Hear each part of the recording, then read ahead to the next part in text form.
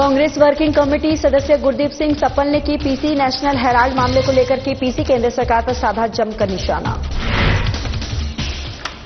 कांग्रेस के वरिष्ठ नेता और पूर्व विधायक रणजीत सिंह रावत ने की पीसी। स्मार्ट मीटर लगाए जाने के दौरान हुए घटनाक्रम को लेकर की पीसी। कहा, उपभोक्ताओं की सहमति के बिना जबरन लगाए जा रहे स्मार्ट मीटर। नैनीताल में इन दिनों पर्यटकों का उमड़ रहा हुजूम। यातायात व्यवस्था को सुनिश्चित करने के लिए विशेष पुलिस बल तैनात। उत्तराखंड सहित कई राज्यों में धोखाधड़ी करने वाली एलयूसीसी संस्था की बढ़ेगी मुश्किलें। एसएसपी लोकेश्वर सिंह ने ली विवेचकों की बैठक। और डीएम समीन बंसल ने की बैठक। डेंगू और अन्य जल जनित बीमारियों की रोकथाम को लेकर की बैठक।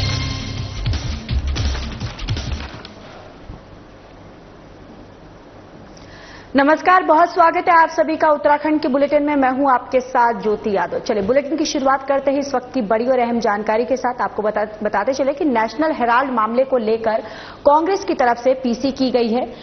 नेशनल हेराल्ड मामले को लेकर कांग्रेस वर्किंग कमेटी सदस्य गुरदीप सिंह सप्पल की प्रेस वार्ता। केंद्र सरकार पर साधा जमकर निशाना। नेशनल हेराल्ड को लेकर बीजेपी ने फैलाया झूठ। नेशनल हेराल्ड मामले में कानून का कोई उल्लंघन नहीं हुआ। इस मामले को बनाया जा रहा राजनीतिक मुद्दा। ईडी से कांग्रेस नेत्री सोनिया गांधी और राहुल गांधी नहीं डरते। कांग्रेस पार्टी कभी भी बीजेपी से नहीं मिलाएगी हाथ। बीजेपी सरकार के आगे नहीं झुकेगी कांग्रेस। ईडी एक फर्जी संस्थान। कांग्रेस के खिलाफ फैलाया जा रहा है झूठ। बीजेपी और आरएसएस रच रही है कांग्रेस नेताओं को बदनाम करने का षड्यंत्र। कांग्रेस हर मोर्चे पर करेगी संघर्ष। तो नेशनल हेराल्ड मामले को लेकर कांग्रेस वर्किंग कमेटी सदस्य गुरदीप सिंह सप्पल की प्रेस वार्ता। और इस प्रेस वार्ता में उन्होंने कहा है कि केंद्र सरकार जो है उन्होंने केंद्र सरकार पर जमकर निशाना साधा। नेशनल हेराल्ड को लेकर बीजेपी ने फैलाया झूठ। नेशनल हेराल्ड मामले में कानून का कोई उल्लंघन नहीं हुआ। इस मामले को बनाया जा रहा राजनीतिक मुद्दा। ईडी से कांग्रेस नेत्री सोनिया गांधी और राहुल गांधी नहीं डरते और कांग्रेस पार्टी कभी भी बीजेपी से नहीं मिलाएगी हाथ। बीजेपी सरकार के आगे नहीं झुकेगी कांग्रेस। आज जो कहा है, आज जो बीजेपी के साथ है तो लंबी लिस्ट है। ये लिस्ट खत्म नहीं हो रही है। तो जिन लोगों को ईडी डरा सकती है उसके लिए काम ईडी ने किया। लेकिन एक सत्य अटल है इस देश में कि सोनिया गांधी और राहुल गांधी डर नहीं सकते। कि सोनिया गांधी और राहुल गांधी सरेंडर नहीं करेंगे मोदी के आगे। सोनिया गांधी और राहुल गांधी की party Congress party Bharatiya Janata party से कभी हाथ नहीं मिलाएगी, उनके सामने कभी झुकेगी नहीं। तो ईडी का दूसरा रोल इन लोगों ने शुरू किया कि बदनाम किया जाए। सोनिया गांधी को बदनाम किया जाए, राहुल गांधी को बदनाम किया जाए। और बदनाम करने के लिए पहले बोलना शुरू किया कि 5,000 करोड़ की प्रॉपर्टी ईडी की नेशनल हेराल्ड की उसका मामला है। 5,000 करोड़ आप तक की बात पहुंची होगी। लेकिन जब पिछले साल ट्राइब्यूनल में गया ईडी तो बोला 5,000 करोड़ की नहीं, 359 करोड़ की प्रॉपर्टी है। तो पहले तो बीजेपी ने झूठ क्यों बोला? 5,000 करोड़ का फिगर क्यों लाए? इसलिए कि 5,000 करोड़ बोलने से बदनामी ज्यादा होती है। फिर 3 दिनों से मैं टीवी पे देख रहा हूं कि 700 करोड़ की बात होने लगी। तो 359 करोड़ की प्रॉपर्टी ईडी के रिकॉर्ड में जो थी, जिसके लिए उसने अटैचमेंट का ऑर्डर दिया था, वो साल भर में अब पूरे देश में भराई जाती है 700 करोड़ के लिए। वो भी झूठ नंबर 2। लेकिन जब 359 करोड़ की प्रॉपर्टी के लिए ईडी ने पेपर मूव किया ट्राइब्यूनल में कि हमें परमिशन दी जाए और उनको परमिशन पिछले साल दी गई, तो एक शर्त रखी गई कि 365 दिन के अंदर चार्जशीट दाखिल होनी चाहिए, नहीं तो केस खत्म हो जाएगा। आप केस को प्रूव नहीं कर पाओगे। पूरा साल ईडी चुप रही। इस बीच में लोकसभा के चुनाव भी हो गए, इस बीच में कई राज्यों के चुनाव भी हो गए और 365वें दिन उठकर कोर्ट में जाकर चार्जशीट डाली।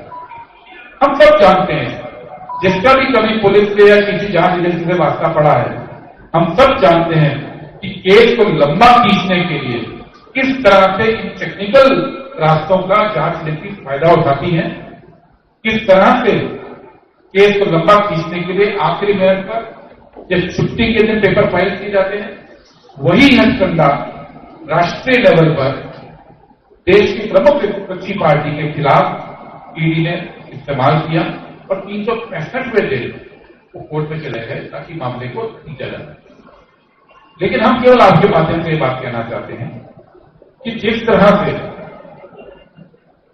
मोदी सरकार और बीजेपी के आरोप 2G में खारिज हुए, कुछ नहीं निकला।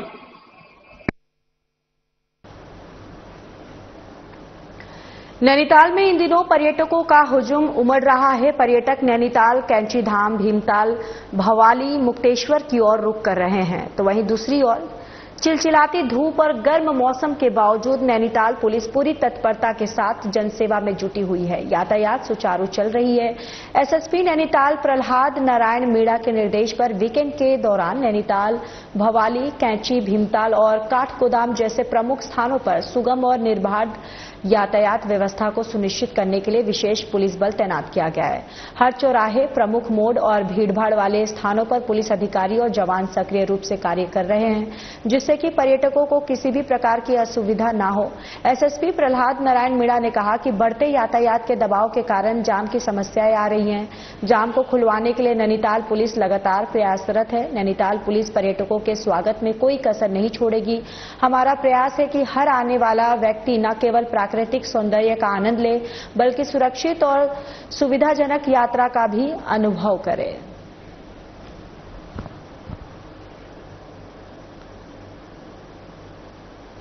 कांग्रेस के वरिष्ठ नेता और पूर्व विधायक रणजीत सिंह रावत ने स्मार्ट मीटर लगाए जाने के दौरान हुए घटनाक्रम को लेकर प्रेस वार्ता की।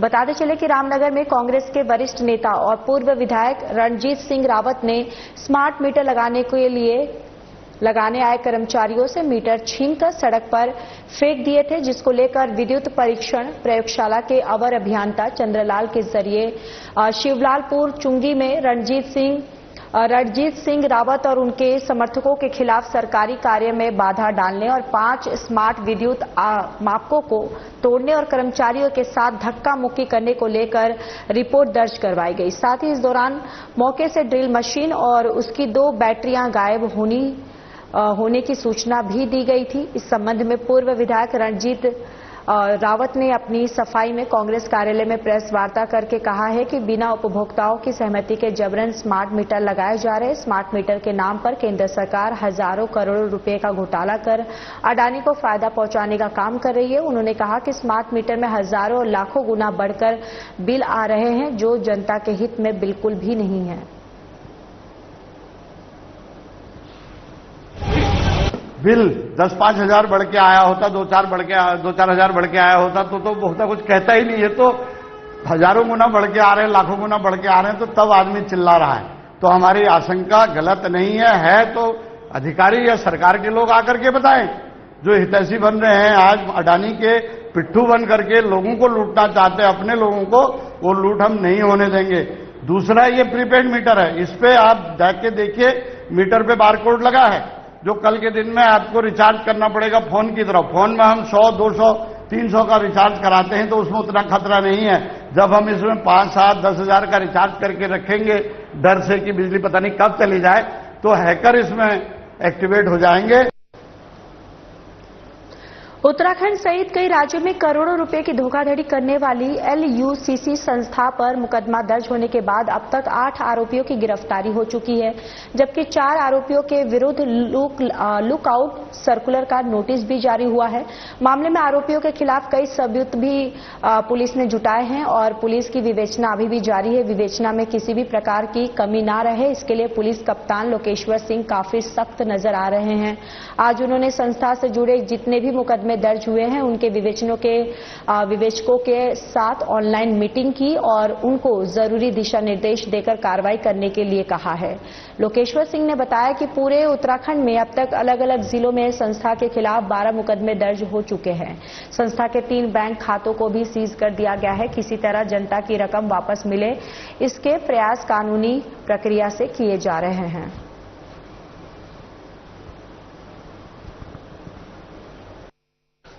जनपद में जो Loni urban credit cooperative society के विरुद्ध हमारे पास जो प्रथम शिकायत वर्ष 2024 में प्राप्त हुई थी, उस पर हम लोगों ने कार्रवाई करते हुए हमारे द्वारा प्रोएक्टिवली उसमें एफआईआर दर्ज की गई और उसके उपरांत जनपद में हमारे द्वारा कुल 4 एफआईआर इसमें पंजीकृत की गई हैं और हमारे पूरे परिक्षेत्र में अभी तक 13 एफआईआर उसमें पंजीकृत की जा चुकी हैं। हमारी टीम्स के द्वारा इन्वेस्टिगेशन करते हुए पहले ही इसमें 8 अभियुक्तों की गिरफ्तारी की जा चुकी है। इसके अलावा 4 अन्य अभियुक्त ऐसे हैं जिनका हमारे द्वारा लुकआउट सर्कुलर जारी किया गया है और इनकी पासपोर्ट डिटेल्स के आधार पर इनको आइडेंटिफाई करते हुए इनको हम लोकेट कर रहे हैं और शीघ्र इनकी गिरफ्तारी भी हमारे द्वारा की जाएगी। इसी के साथ साथ परिक्षेत्र स्तर पे नोडल अधिकारी नियुक्त करते हुए इन सभी इन्वेस्टिगेशन को हमारे द्वारा रेगुलरली मॉनिटर किया जा रहा है ताकि सभी इन्वेस्टिगेशंस को एक साथ एक स्ट्रक्चर्ड वे में इन्वेस्टिगेट किया जाए। साथ ही साथ इस इन्वेस्टिगेशन में बर्ड्स एक्ट और यूआईपीडी एक्ट के अंतर्गत भी कार्रवाई की गई है। जितने भी इसमें अभियुक्त हैं उन सभी की संपत्ति की जानकारी की जा रही है और उनकी संपत्ति का जब्तीकरण भी हमारे द्वारा इसमें किया जाएगा। इसी के साथ साथ सेंट्रल एजेंसीज के साथ भी इनकी डिटेल हमारे द्वारा शेयर की गई है और इसमें जो भी पैसा हवाला के थ्रू बाहर गया है उसकी भी जांच सेंट्रल एजेंसीज के द्वारा की जा रही है। इसमें ऑलरेडी हमारे द्वारा 3 कंपनी के अकाउंट्स हैं जिनको फ्रीज करवा दिया गया है ताकि इस कंपनी के द्वारा आगे कोई भी ट्रांजैक्शन इन अकाउंट्स के द्वारा ना की जाए। इन सभी इन्वेस्टिगेशन को बहुत प्रोएक्टिवली और सीरियसली हमारी टीम्स के द्वारा एक कोऑर्डिनेटेड एफर्ट के द्वारा किया जा रहा है और शीघ्र सभी की अन्य अभियुक्तों की भी गिरफ्तारी करते हुए इस इन्वेस्टिगेशन का निस्तारण हमारे द्वारा किया जाएगा। मेरा समस्त जनता से अनुरोध है कि कृपया किसी भी प्रकार के बहकावे में न आए। पुलिस व प्रशासन के द्वारा इसमें इंटेंसिवली और कोऑर्डिनेटेड वे से इसमें एफर्ट की जा रही है और कार्रवाई को पूर्ण किया जाएगा। कृपया किसी बहकावे में आकर किसी भी प्रकार की लॉ एंड ऑर्डर ना क्रिएट करें और पुलिस प्रशासन का सहयोग अवश्य दें। शहर में टप्पेबाजी की घटना करने वाले गिरोह के 3 सदस्यों को पुलिस ने गिरफ्तार किया है, जिनमें एक पिता पुत्री भी शामिल है। आरोपियों के कब्जे से पुलिस ने 80,000 रुपये नकद, 2 मोबाइल और 1 कार बरामद की। आरोपियों को पुलिस ने कोर्ट के आदेश पर जेल भेज दिया है। कोतवाल प्रदीप राणा ने बताया कि 18 अप्रैल को सुमन विहार निवासी महिला के साथ ऑटो में सवारी बन बैठी 2 महिलाओं ने 92,000 की टप्पेबाजी की। शिकायत मिलने पर पुलिस ने मामले में मुकदमा दर्ज किया और अग्रिम जांच शुरू की है। जांच के दौरान पुलिस को 1 महिला और 2 पुरुष शहर में संदिग्ध घूमते हुए दिखाई दिए, जिनकी पहचान करने के बाद आज उनको हिरासत में लेकर पूछताछ की गई। पूछताछ में महिला ने अपनी साथी के साथ मिलकर 92,000 की टप्पेबाजी करने का जुर्म कबूला और महिला ने बताया कि उसके साथ जो 2 पुरुष है उनमें एक उसका पिता है और दूसरा ठगी की वारदात करने वाला साथी है, जिसके बाद पुलिस ने आरोपियों को गिरफ्तार कर लिया। आरोपियों की पहचान राकेश चौहान, उसकी बेटी लक्ष्मी चौहान और दीपक चौहान के रूप में हुई है। तीनों आरोपी रुड़की के रहने वाले हैं।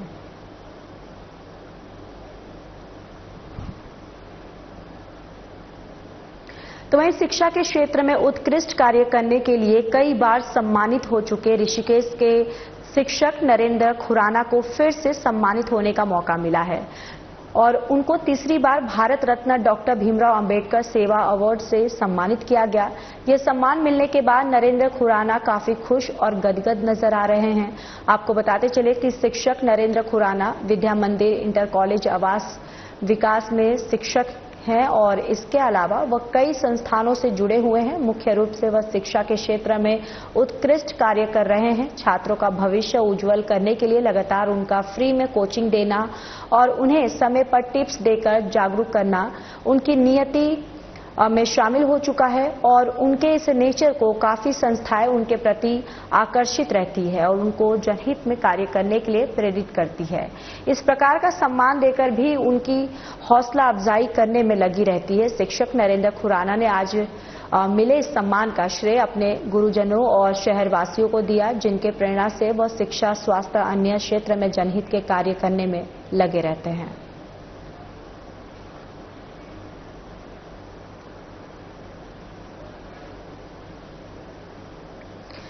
तो वहीं नरेंद्र नगर गुजराडा मार्ग पर एक स्कूटी खाई में गिर गई। घटना में स्कूटी सवार एक महिला की अस्पताल ले जाते समय मौत हो गई, जबकि दूसरी महिला को जॉली ग्रांट अस्पताल में उपचार के लिए भेजा गया है।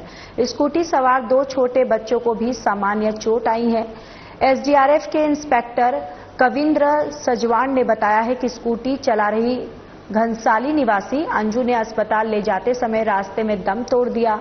तो वहीं 50 वर्षीय पुष्पा देवी गंभीर रूप से घायल होकर अस्पताल में भर्ती हैं। छोटे बच्चों की उम्र 4 साल और 6 साल है, जिनके नाम पता नहीं चले हैं। स्कूटी पर दोनों महिलाएं और बच्चे घनसाली से देहरादून जा रहे थे। रास्ते में स्कूटी अनियंत्रित होकर खाई में गिर गई। सूचना मिलते ही पुलिस और एसडीआरएफ की टीम मौके पर पहुंची और रेस्क्यू अभियान चलाया।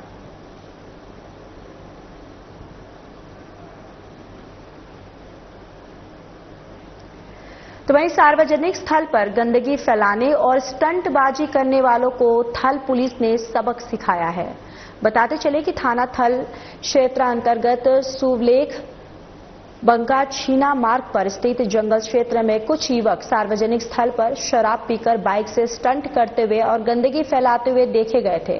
इस सूचना पर गंभीरता से लेते हुए एसपी रेखा यादव के निर्देशन में थानाध्यक्ष थल शंकर सिंह रावत और थाना थल पुलिस टीम द्वारा उक्त क्षेत्र में औचक चेकिंग अभियान चलाया गया और कार्रवाई के दौरान 12 व्यक्तियों को मौके पर गंदगी फैलाते हुए पाया गया, जिनके विरुद्ध विधिक कार्रवाई करते हुए चालान किया गया है। पुलिस टीम ने सार्वजनिक स्थलों पर गंदगी फैलाने वालों और स्टंटबाजी करने वालों को साफ तौर पर नसीहत दी है कि प्राकृतिक स्थलों की गरिमा और स्वच्छता से समझौता करने वालों के विरुद्ध सख्त से सख्त कदम उठाए जाएंगे। इस प्रकार की गतिविधियां न केवल पर्यावरण के लिए हानिकारक है, बल्कि कानून के उल्लंघन की श्रेणी में भी आती है।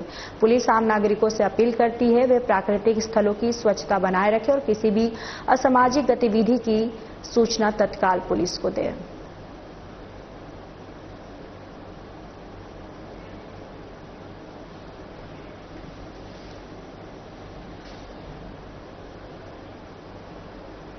चलिए अब खबरों में बात कर लेते देहरादून की, जहां पर डीएम ने बैठक की है। आपको बताते चले कि डीएम सबिन बंसल ने बैठक की है। डेंगू और अन्य जल जनित बीमारियों की रोकथाम को लेकर ये बैठक की गई। अधिकारियों को दिए निर्देश, शहर सभी छोड़े बड़े नाले और ड्रेन की 15 मई तक प्रत्येक दशा में साफ सफाई का काम करे पूरा और डेंगू के हॉटस्पॉट एरिया पर करे विशेष फोकस। सभी क्षेत्रों में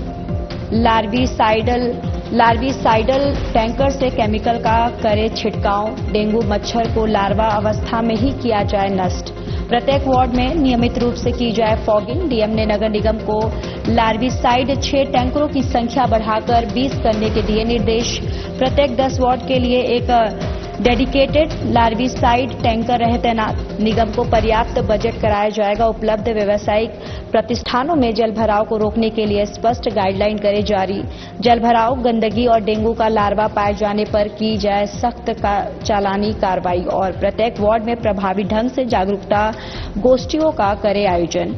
वंचित निर्बल वर्ग व्यथित होकर प्राइवेट महंगी सेवा के लिए ना हो मजबूर और केस बढ़ने का इंतजार न करे विभाग।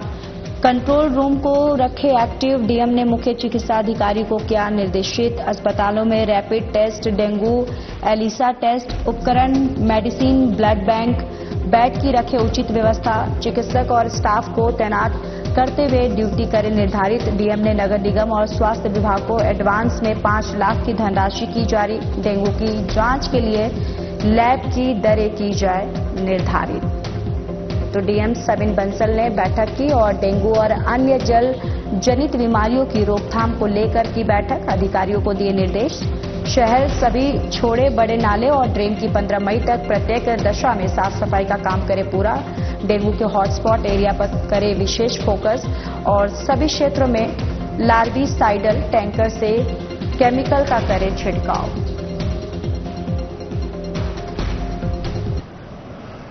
देखिए, ये हमारा बहुत ही क्रूशियल समय है और ऑनरेबल सीएम के स्ट्रिक्ट डायरेक्शंस हैं कि हमको प्रिवेंटिव सर्वेलेंस और जो हमारी प्रिवेंटिव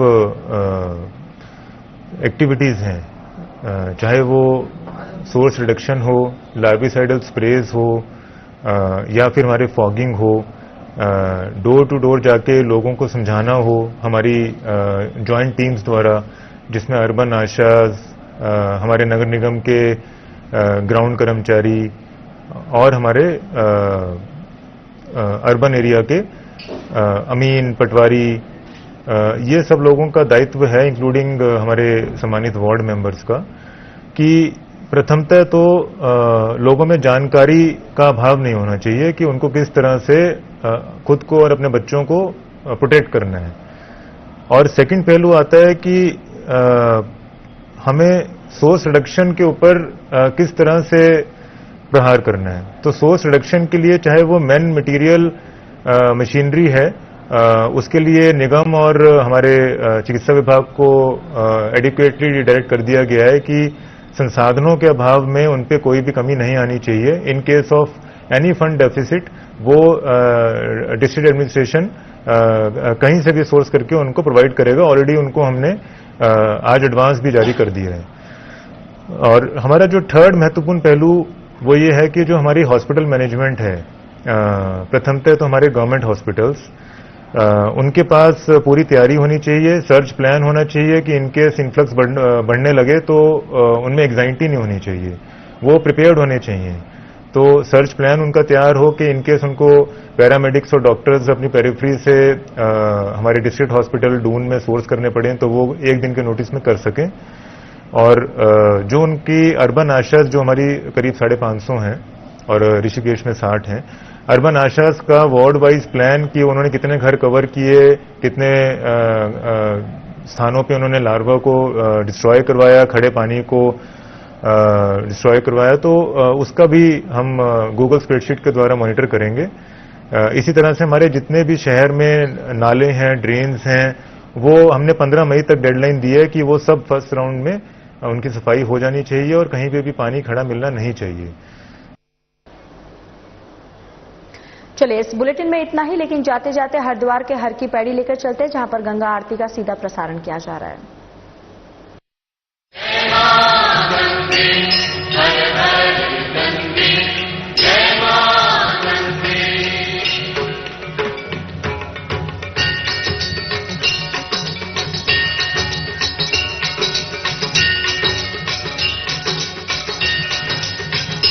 ओम जय गंगे माता, श्री जय गंगे माता, जो नर तुझको दाता, जो नर तुझको दाता, मनवांछित फल पाता। ओम जय गंगे माता।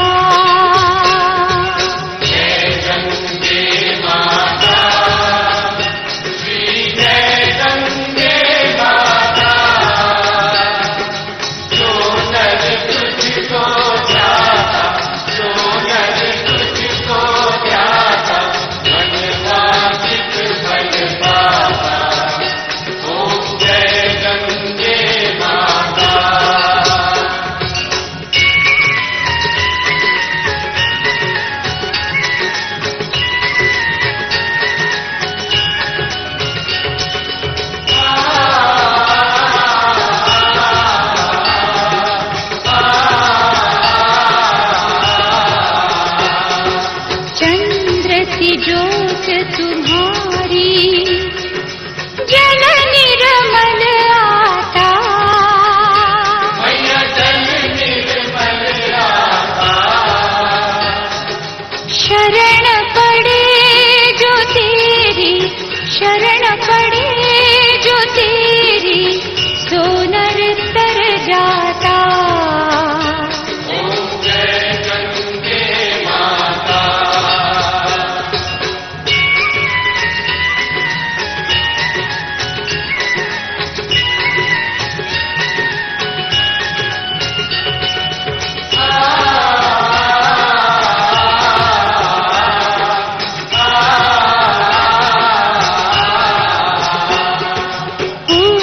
सगर के पारे सब जग को ज्ञाता, सब जग को ज्ञाता, कृपा दृष्टि तुम्हारी, कृपा दृष्टि तुम्हारी, त्रिभुवन सुखदाता।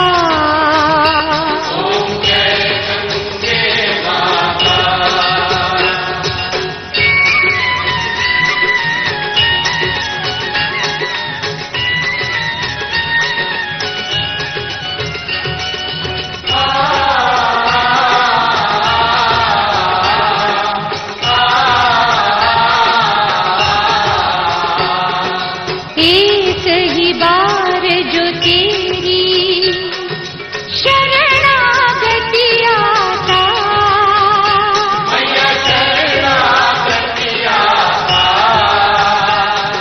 यम की त्रास मिटाकर, यम की त्रास मिटाकर परम गति पाता।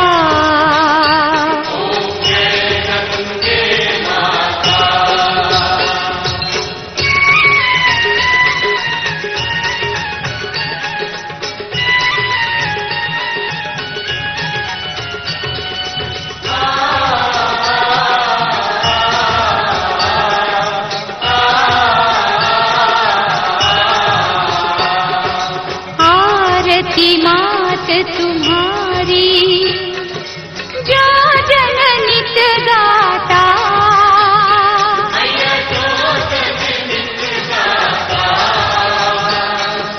दास वही सहज में, दास वही सहज में मुक्ति को